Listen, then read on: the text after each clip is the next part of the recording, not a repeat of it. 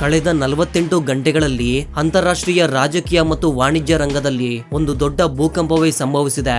ಅಮೆರಿಕದ ವಿಷಯದಲ್ಲಿ ಭಾರತ ತೆಗೆದುಕೊಂಡ ಕೆಲವು ಸಡನ್ ಮತ್ತು ಸ್ಟ್ರಾಟಜಿಕ್ ಡಿಸಿಷನ್ಸ್ ದಶಕಗಳಿಂದ ಪ್ರಪಂಚವನ್ನ ಶಾಸಿಸ್ತಾ ಇರುವ ಆ ದೇಶವನ್ನ ಸಂಪೂರ್ಣವಾಗಿ ನಿಬ್ಬೆರಗಾಗಿಸಿದೆ. ಇಷ್ಟು ಕಾಲ ಪ್ರಪಂಚದ ಬಿಸಿನೆಸ್ ವರ್ಲ್ಡ್ ನ ಕೀ ತಮ್ಮ ಕೈಯಲ್ಲಿ ಇದೆ ಎಂದು ಗಾಂಚಲಿ ಮಾಡ್ತಿದ್ದ ಅಮೆರಿಕ ಈಗ ಆ ಕೀಯನ್ನ ತಮ್ಮ ಕೈಯಿಂದ ಜಾರಿ ಹೋಗಿ ಅನಿರೀಕ್ಷಿತವಾಗಿ ಭಾರತದ ಕೈಗೆ ಸಿಕ್ಕಿಬಿಟ್ಟಿದೆ ಎಂದು ಭಾವಿಸ್ತಾ ಇದೆ. ಈ ಪರಿಣಾಮಗಳು ಕೇವಲ ಎರಡು ದೇಶಗಳ ಮಧ್ಯೆ ಸಂಬಂಧಗಳಿಗೆ ಮಾತ್ರವೇ ಸೀಮಿತವಾಗದೆ ಪ್ರಪಂಚದ ಶಕ್ತಿ ಸಮೀಕರಣಗಳ ತಳಹದಿಯನ್ನೇ ಕದಲಿಸುವಂತಿದೆ. ಪ್ರಪಂಚದ ವೇದಿಕೆಯಲ್ಲಿ ಭಾರತ ಪ್ರಕಂಪಗಳನ್ನು ಸೃಷ್ಟಿಸ್ತಾ ಇದೆ. ಕಳೆದ 48 ಗಂಟೆಗಳಲ್ಲಿ ಭಾರತ ಯಾರು ಎಕ್ಸ್ಪೆಕ್ಟ್ ಮಾಡಿರದ ಸ್ಟೆಪ್ ಗಳನ್ನ ಬೋಲ್ಡ್ ಸ್ಟೇಜ್ ನಲ್ಲಿ ತೆಗೆದುಕೊಂಡಿದ್ದು ತೀವ್ರ ಕಲಕಲವನ್ನ ರೇಪಿಸಿದೆ. ಈ ಪರಿಣಾಮವು ಅಮೆರಿಕಾಗೆ ಒಂದು ಭಾರಿ ಶಾಕ್ ಕೊಡುವುದರ ಜೊತೆಗೆ ಪ್ರಪಂಚದ ಶಕ್ತಿ ಸಮೀಕರಣಗಳನ್ನು ಕೂಡ ಸಂಪೂರ್ಣವಾಗಿ ಬದಲಾಯಿಸಿದೆ.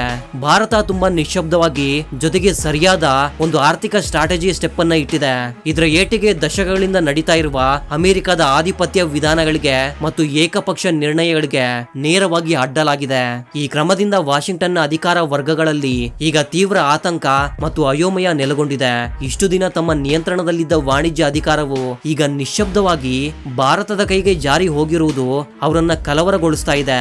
ಅಮೆರಿಕದ ಆರ್ಥಿಕ ಆಧಿಪತ್ಯದ ಸೌಧಕ್ಕೆ ಬೀಟಲ್ ವಾರಿಗೆ ಹೋಗುವಂತೆ ಭಾರತ ಇಟ್ಟ ಈ ಎತ್ತುಗಡೆ ಒಂದು ಹೊಸ ಪ್ರಪಂಚ ಕ್ರಮಕ್ಕೆ ನಾಂದಿ ಆಗುತ್ತದೆ ಎಂದು ವಿಶ್ಲೇಷಕರು ಅಭಿಪ್ರಾಯ ಪಡ್ತಿದ್ದಾರೆ. ಭಾರತ ತನ್ನ ವ್ಯೂಹಾತ್ಮಕ ಹೆಜ್ಜೆ ಡಾಲರ್ನ ಆಧಿಪತ್ಯಕ್ಕೆ ಸವಾಲು ಹಾಕಿದೆ. ಈ ಗಲಿಬಿಲಿಗೆ ನಿಜವಾದ ಕಾರಣವೇನು? ಗುರುವಾರ ರಾತ್ರಿ ಭಾರತ ಒಂದು ಪ್ರತ್ಯೇಕ ತುರ್ತು ಆರ್ಥಿಕ ಆದೇಶವನ್ನ ಜಾರಿಗೊಳಿಸಿತು.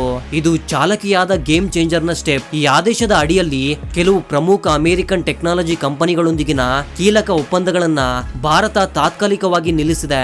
ಅಷ್ಟೇ ಅಲ್ಲದೆ ಯುರೇಷಿಯನ್ ಕೂಟಮಿಯ ಜೊತೆಗೆ ಒಂದು ವಿಶಾಲವಾದ ಡಿಜಿಟಲ್ ವಾಣಿಜ್ಯ ಒಪ್ಪಂದದ ಮೇಲೆ ಸಹಿ ಕೂಡ ಹಾಕಿತು. ಈ ಒಪ್ಪಂದದ ಪ್ರಾಮುಖ್ಯತೆಯನ್ನ ಕಡಿಮೆ ಅಂದಾಜು ಮಾಡಲಾಗದು. ಇದು ಕೇವಲ ಡೇಟಾ ಮತ್ತು ಡಿಜಿಟಲ್ ಕರೆನ್ಸಿ ರಂಗದಲ್ಲಿ ಭಾರತಕ್ಕೆ ಸ್ವಾತಂತ್ರ್ಯವನ್ನ ನೀಡುವುದು ಅಷ್ಟೇ ಅಲ್ಲ, ಅಮೆರಿಕದ ಡಾಲರ್ನ ಆಧಿಪತ್ಯ ವಿಧಾನಕ್ಕೆ ನೇರವಾಗಿ ಸವಾಲು ಹಾಕುತ್ತಿದೆ. ಡಾಲರ್ ಎನ್ನುವುದು ಕೇವಲ ಒಂದು ಕರೆನ್ಸಿ ಅಲ್ಲ, ಅದು ಅಮೆರಿಕದ ಅತಿ ದೊಡ್ಡ ಭೌಗೋಳಿಕ ರಾಜಕೀಯ ಆಯುಧ. ಪ್ರಪಂಚದ ವಾಣಿಜ್ಯವು ಜಾಸ್ತಿಯಾಗಿ ಡಾಲರ್ ನಲ್ಲಿ ಜರುಗ್ತಾ ಇರೋದ್ರಿಂದ ಯಾವುದೇ ದೇಶದ ಮೇಲೆ ಆರ್ಥಿಕ ಆಂಕ್ಷೆಗಳನ್ನು ವಿಧಿಸುವ ಅಧಿಕಾರ ಅಮೆರಿಕಾಗೆ ಸಿಕ್ಕಿದೆ.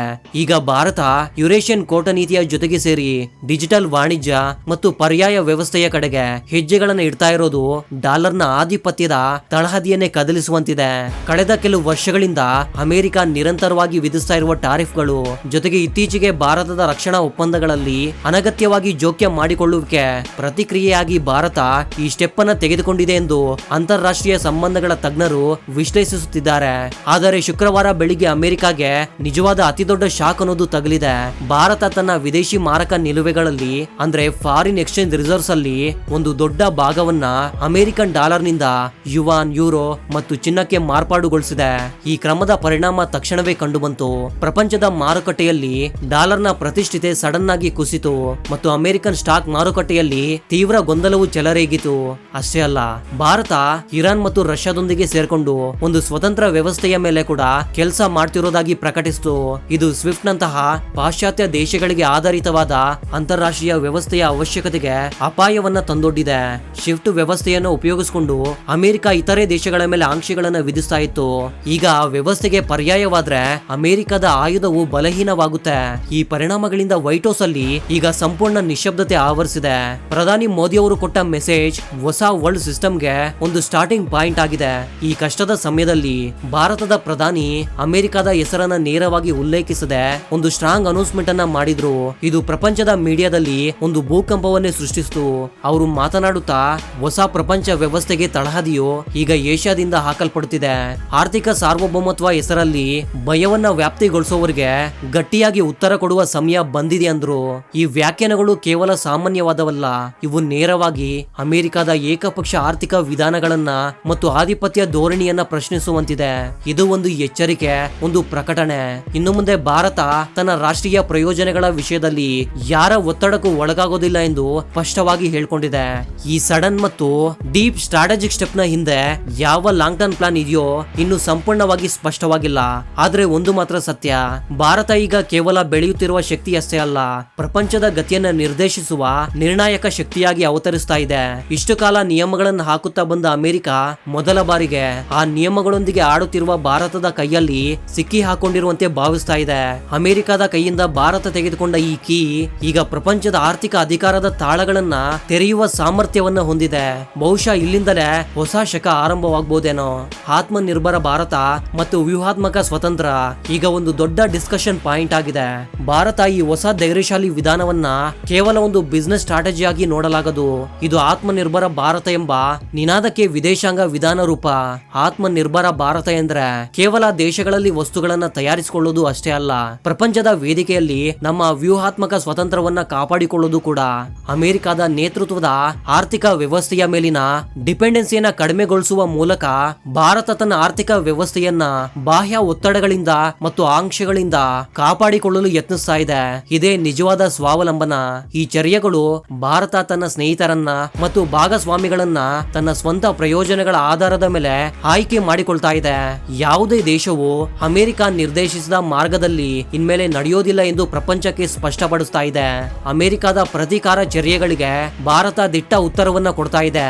ಭಾರತ ತೆಗೆದುಕೊಂಡ ಚರ್ಯೆಗಳಿಂದ ಅಮೆರಿಕ ಈಗ ಸಂಪೂರ್ಣವಾಗಿ ಹುಚ್ಚನಾಗಿದೆ. ಈ ಆತಂಕವು ಸಹಜವೇ, ಏಕೆಂದ್ರೆ ಇದರ ಪರಿಣಾಮವು ಅಮೆರಿಕದ ಮೇಲೆ ತೀವ್ರವಾಗಿ ಬೀಳಲಿದೆ. ಅದಕ್ಕಾಗಿ ಅಮೆರಿಕ ಭಾರತಕ್ಕೆ ಸಂಬಂಧಿಸಿದ ಪ್ರತಿಯೊಂದು ವಿಷಯದಲ್ಲೂ ವಿರೋಧವನ್ನ ತೋರಿಸಲು ಆರಂಭಿಸಿದೆ. ಈ ಕ್ರಮದಲ್ಲಿ ನಾಣ್ಯತೆ ಸರಿಯಿಲ್ಲ ಎಂದು ಕಾರಣವನ್ನ ಕೊಟ್ಟು ಅಮೆರಿಕ ಭಾರತದ 2200 ಟನ್ಗಳ ಅಕ್ಕಿಯನ್ನ ವಾಪಸ್ ಕಳಿಸಿದೆ. ಇದರಲ್ಲಿ ಅತ್ಯಧಿಕ ಭಾಗವು ಪ್ರಪಂಚದಲ್ಲಿ ಅತ್ಯುತ್ತಮ ನಾಣ್ಯತೆಯ ಬಾಸ್ಮತಿ ಅಕ್ಕಿ ಆಗಿರುವುದು ಗಮನಾರ್ಹ. ಇಂತಹದನ್ನ ಮಾಡುವುದು ಇದು ಮೊದಲ ಬಾರಿಯಲ್ಲ. ಸುಮಾರು 2.5 ತಿಂಗಳ ಹಿಂದೆಯೂ ಮಾವಿನ ಹಣ್ಣುಗಳನ್ನ ನಾಣ್ಯತೆ ಇಲ್ಲ ಎಂದು ವಾಪಸ್ ಕಳಿಸಿತು. ನಿಜಕ್ಕೂ ಇದು ನಾಣ್ಯತೆಗೆ ಸಂಬಂಧಿಸಿದ ಸಮಸ್ಯೆ ಅಲ್ಲ, ಕೇವಲ ಒತ್ತಡವನ್ನ ಹೆಚ್ಚಿಸುವ ವ್ಯೂಹವಷ್ಟೇ. ರಷ್ಯಾದಿಂದ ತೈಲ ಖರೀದಿಯನ್ನ ನಿಲ್ಲಿಸುವಂತೆ ಹಾಗೂ ತಮ್ಮ ಕೃಷಿ ಉತ್ಪನ್ನಗಳಿಗೆ ಭಾರತ ತನ್ನ ಮಾರುಕಟ್ಟೆಯನ್ನು ಸಂಪೂರ್ಣವಾಗಿ ತೆರಿಬೇಕು ಅಂತ ಅಮೆರಿಕ ಹಾಕ್ತಾ ಇರುವ ಒತ್ತಡ. ಇದಕ್ಕೆ ಭಾರತ ಒಪ್ಪದೇ ಇರೋದ್ರಿಂದ ಈ ಪ್ರತೀಕಾರ ಚರ್ಯೆಗಳು ಮುಂದಾಗ್ತಿವೆ. ಆದರೆ ಇದರಿಂದ ಭಾರತಕ್ಕೆ ದೊಡ್ಡ ನಷ್ಟ ಆಗದು, ಏಕೆಂದ್ರೆ ಭಾರತದ ಅಕ್ಕಿಗೆ ರಷ್ಯಾ ಮತ್ತು ಆಫ್ರಿಕಾದ ಹಲವು ದೇಶಗಳಲ್ಲಿ ಭಾರಿ ಡಿಮ್ಯಾಂಡ್ ಇದೆ. ಅಮೆರಿಕ ಬೇಡ ಅಂತ ರಿಜೆಕ್ಟ್ ಮಾಡಿದ ಆ ಅಕ್ಕಿಯನ್ನ ಖರೀದಿಸಲು ರಷ್ಯಾ 1.5 ಪಟ್ಟು ಹೆಚ್ಚು ದರವನ್ನ ಕೊಡಲು ಈಗ ಸಿದ್ಧವಿದೆ. ಆದ್ರೆ ಇದರಿಂದ ಅಮೆರಿಕಾಗೆ ಆಹಾರದ ಕೊರತೆ ಏರ್ಪಡುವ ಪ್ರಮಾದ ಅಂತೂ ಇದೆ, ಏಕೆಂದ್ರೆ ಅಕ್ಕಿ ಅನ್ನೋದು ಒಂದು ಪ್ರಾಥಮಿಕ ಆಹಾರ ಪದಾರ್ಥ. ಇದರ ಸರಬರಾಜಿನಲ್ಲಿ ಅಡಚಣೆ ಆದ್ರೆ ಆ ದೇಶದಲ್ಲಿ ಆಹಾರ ಸಂಕ್ಷೋಭ ಬರುವ ಸಾಧ್ಯತೆ ತುಂಬಾನೇ ಹೆಚ್ಚಾಗುತ್ತೆ. ಭಾರತದ ಕೌಂಟರ್ ಬ್ಯಾಲೆನ್ಸಿಂಗ್ ವ್ಯೂಹವಿದು. ಇದು ಜಸ್ಟ್ ಸ್ಟಾರ್ಟಿಂಗ್ ಮಾತ್ರವೇ.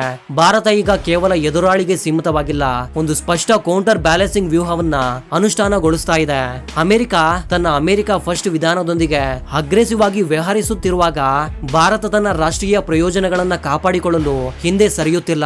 ಅಮೆರಿಕಾಗೆ ರಫ್ತಾಗುವ ಫಾರ್ಮಾಸ್ಯೂಟಿಕಲ್ ಉತ್ಪನ್ನಗಳು, ಇಂಜಿನಿಯರಿಂಗ್ ವಸ್ತುಗಳು, ಆಟೋ ಬಿಡಿಭಾಗಗಳು ಮತ್ತು ಐಟಿ ಹಾರ್ಡ್ವೇರ್ ನಂತಹ ಮುಖ್ಯ ರಂಗಗಳಲ್ಲಿ ರಫ್ತುಗಳನ್ನ ಕಡಿಮೆ ಮಾಡಲು ಭಾರತ ಯೋಚಿಸ್ತಾ ಇದೆ.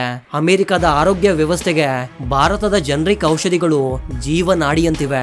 ಈ ಸರಫರಾದಲ್ಲಿ ಕಡಿತವಾದ್ರೆ ಅದು ಅಮೆರಿಕನ್ ಬಿಗ್ ಫಾರ್ಮಾ ಲಾಬಿಗೆ ಮತ್ತು ಸಾಮಾನ್ಯ ವಿನಿಯೋಗದಾರರಿಗೆ ಭಾರಿ ನಷ್ಟವನ್ನ ಉಂಟು ಮಾಡುತ್ತೆ. ಜೊತೆಗೆ ಭಾರತದ ಇಂಜಿನಿಯರಿಂಗ್ ಮತ್ತು ಆಟೋ ಬಿಡಿಭಾಗಗಳು ಅಮೆರಿಕದ ತಯಾರಿಕಾ ರಂಗಕ್ಕೆ ತುಂಬಾನೇ ಮುಖ್ಯ. ಇವುಗಳ ಸರಫರಾ ಕಡಿಮೆ ಆದ್ರೆ ಅವರ ಉತ್ಪಾದನಾ ಪ್ರಕ್ರಿಯೆಗೆ ತುಂಬಾನೇ ತೊಂದರೆಯಾಗುತ್ತೆ. ಬಿಸಿನೆಸ್ ಈಕ್ವೇಶನ್ ಅಲ್ಲಿ ಎರಡು ದೇಶಗಳ ನಡುವಿನ ವಾಣಿಜ್ಯ ಸಮಸ್ಯೆ ತುಂಬಾ ದಿನಗಳಿಂದ ಭಾರತಕ್ಕೆ ಅನುಕೂಲವಾಗಿತ್ತು. ಆದ್ರೆ ಇದನ್ನ ಕ್ರಮೇಣ ಈಕ್ವಲ್ ಮಾಡಲು ಭಾರತ ಯೋಚಿಸ್ತಾ ಇದ್ರು ಕೂಡ ಅಮೆರಿಕದ ಈ ಹುಚ್ಚು ವೈಖರಿಯಿಂದಾಗಿ ಭಾರತ ಈಗ ಮತ್ತಷ್ಟು ಕಠಿಣವಾದ ಪ್ರತಿ ವ್ಯಾಪಾರ ವಿಧಾನವನ್ನ ಅನುಸರಿಸಬೇಕಾಗಿದೆ. ಈ ಎಲ್ಲಾ ಪರಿಣಾಮಗಳು ಒಂದು ಹೊಸ ವಾಸ್ತವವನ್ನು ಆವಿಷ್ಕರಿಸ್ತಾ ಇದೆ. ಪ್ರಪಂಚೀಕರಣ ಮುಸುಕಿನಲ್ಲಿ ಯಾವ ದೇಶವು ತನ್ನ ಸಾರ್ವಭೌಮತ್ವವನ್ನ ಮತ್ತು ರಾಷ್ಟ್ರೀಯ ಪ್ರಯೋಜನಗಳನ್ನ ಪಣಕ್ಕಿಡಲು ಸಿದ್ಧವಿಲ್ಲ ಎಂದು ಭಾರತ ಸ್ಪಷ್ಟವಾಗಿ ಹೇಳ್ತಾ ಇದೆ. ಇದು ಕೇವಲ ಅಮೆರಿಕಾಗೆ ಮಾತ್ರವಲ್ಲ, ಯುರೋಪಿಯನ್ ಯೂನಿಯನ್ ಮತ್ತು ಇತರ ವೆಸ್ಟ್ ದೇಶಗಳಿಗೂ ಒಂದು ಬಲವಾದ ಸಂದೇಶ. ಆತ್ಮನಿರ್ಭರ ಭಾರತದ ಅಸಲಿ ಶಕ್ತಿ ಇದು. ಈಗ ನಿಯಮಗಳನ್ನ ಬರೆಯುವುದು ಅಷ್ಟೇ ಅಲ್ಲ, ಅವಶ್ಯಕವಾದ್ರೆ ನಿಯಮಗಳನ್ನ ಬದಲಾಯಿಸುವ ಶಕ್ತಿಯು ಭಾರತಕ್ಕಿದೆ ಎಂದು ಈ ಘಟನೆಗಳು ಸಾಬೀತುಪಡಿಸ್ತಾ ಇವೆ. ಆದ್ರೆ ವಾರಣಾಸಿಯಲ್ಲಿ ಇತ್ತೀಚೆಗೆ ಜರುಗಿದ ಬಹಿರಂಗ ಸಭೆಯಲ್ಲಿ ಪ್ರಧಾನಮಂತ್ರಿ ಮೋದಿ ಅವರು ಸ್ವದೇಶಿ ಉದ್ಯಮವನ್ನ ಪುನರುದ್ಧರಿಸಿದರು. ಪ್ರಪಂಚದ ಆರ್ಥಿಕ ಅನಿಶ್ಚಿತೆಯ ನಡುವೆ ಭಾರತವು 3ನೇ ಅತಿದೊಡ್ಡ ಆರ್ಥಿಕ ಶಕ್ತಿಯಾಗಿ ಬೆಳೆಯಬೇಕಾದ್ರೆ ಸ್ವದೇಶಿ ಉತ್ಪನ್ನಗಳನ್ನು ಪ್ರೋತ್ಸಾಹಿಸಬೇಕು. ವೋಕಲ್ ಫಾರ್ ಲೋಕಲ್ ಎಂಬ ನಿನಾದವನ್ನ ಅನುಸರಿಸಬೇಕೆಂದು ಕರೆ ನೀಡಿದ್ರು. ನಾವು ಖರೀದಿಸುವ ಪ್ರತಿಯೊಂದು ವಸ್ತು ಭಾರತೀಯರ ಕಷ್ಟದಿಂದ ತಯಾರಾಗಿದೆಯೋ ಇಲ್ಲವೇ ಎಂದು ಪರಿಶೀಲಿಸಿ ಅಂತಹ ಸ್ವದೇಶಿ ವಸ್ತುಗಳನ್ನೇ ಖರೀದಿಸಬೇಕೆಂದು ಕೋರಿದ್ರು. ಈ ಉದ್ಯಮವು ರಾಜಕೀಯ ವಿಭೇದಗಳನ್ನ ಮೀರಿ ದೇಶದ ಪ್ರಯೋಜನಗಳಿಗಾಗಿ ಐಕ್ಯತೆಯನ್ನ ಬೆಳೆಸುತ್ತದೆ ಎಂದರು. ಹಬ್ಬಗಳು ಮತ್ತು ವಿವಾಹ ಸಮಯದಲ್ಲಿ ಸ್ವದೇಶಿ ಉತ್ಪನ್ನಗಳನ್ನ ಖರೀದಿಸಬೇಕೆಂದು ವ್ಯಾಪಾರಿಗಳಿಗೂ ಮತ್ತು ವಿನಿಯೋಗದ ಉದ್ಯೋಗದಾರರಿಗೂ ಸೂಚಿಸಿದ್ರು. ದೇಶದ ಪೌರರಾಗಿ ನಮಗೆ ಕೆಲವು ಜವಾಬ್ದಾರಿಗಳಿವೆ. ಇದು ಮೋದಿ ಅವರು ಹೇಳುವ ಮಾತಲ್ಲ. ಭಾರತದ ಪ್ರತಿಯೊಬ್ರು ಪ್ರತಿದಿನ ಪ್ರತಿಕ್ಷಣ ಈ ಮಾತನ್ನ ನೆನಪಲ್ಲಿಟ್ಕೊಳ್ಬೇಕು, ಇತರರಿಗೆ ಕೂಡ ಹೇಳ್ಬೇಕು. ದೇಶದ ಶ್ರೇಯಸ್ಸನ್ನು ಕೋರಿಕೊಂಡು ದೇಶವನ್ನ ಮೂರನೇ ಅತಿದೊಡ್ಡ ಆರ್ಥಿಕ ವ್ಯವಸ್ಥೆಯನ್ನಾಗಿ ಕಾಣಲು ಇಚ್ಛಿಸುವ ಯಾವುದೇ ರಾಜಕೀಯ ಪಕ್ಷವಾದ್ರೂ ಯಾವುದೇ ರಾಜಕೀಯ ನಾಯಕನಾದ್ರೂ ತಮ್ಮ ಸಂಕೋಚವನ್ನ ಬಿಟ್ಟು ದೇಶದ ಪ್ರಯೋಜನೆಗಾಗಿ ಪ್ರತಿಯೊಂದು ಕಡೆ ಪ್ರತಿ ಬಾರಿಯೂ ಜನರಲ್ಲಿ ಈ ಭಾವನೆಯನ್ನ ಮೂಡಿಸಬೇಕು. ಸ್ವದೇಶಿ ಉದ್ಯಮವು ದೇಶೀಯ ಪರಿಶ್ರಮಗಳನ್ನ ಬಲಗೊಳಿಸುತ್ತೆ, ಉದ್ಯೋಗ ಅವಕಾಶಗಳನ್ನು ಸೃಷ್ಟಿಸುತ್ತೆ, ಆಮದುಗಳ ಮೇಲಿನ ಡಿಪೆಂಡೆನ್ಸಿಯನ್ನ ತುಂಬಾನೇ ಕಡಿಮೆ ಮಾಡುತ್ತೆ ಎಂದು ಪ್ರಧಾನಿಯವರು ವಿವರಿಸಿದ್ರು. ಈ ವಿಷಯದ ಬಗ್ಗೆ ನಿಮ್ಮ ಅಭಿಪ್ರಾಯವೇನು? ತಪ್ಪದೆ ಕಾಮೆಂಟ್ ಮಾಡಿ ತಿಳಿಸಿ. ಮತ್ತೊಂದು ಆಸಕ್ತಿಕರ ವಿಡಿಯೋದ ಜೊತೆಗೆ ಮತ್ತೆ ಸಿಗೋಣ. ಅಲ್ಲಿವರೆಗೂ ಜೈ ಹಿಂದ್, ಜೈ ಕರ್ನಾಟಕ.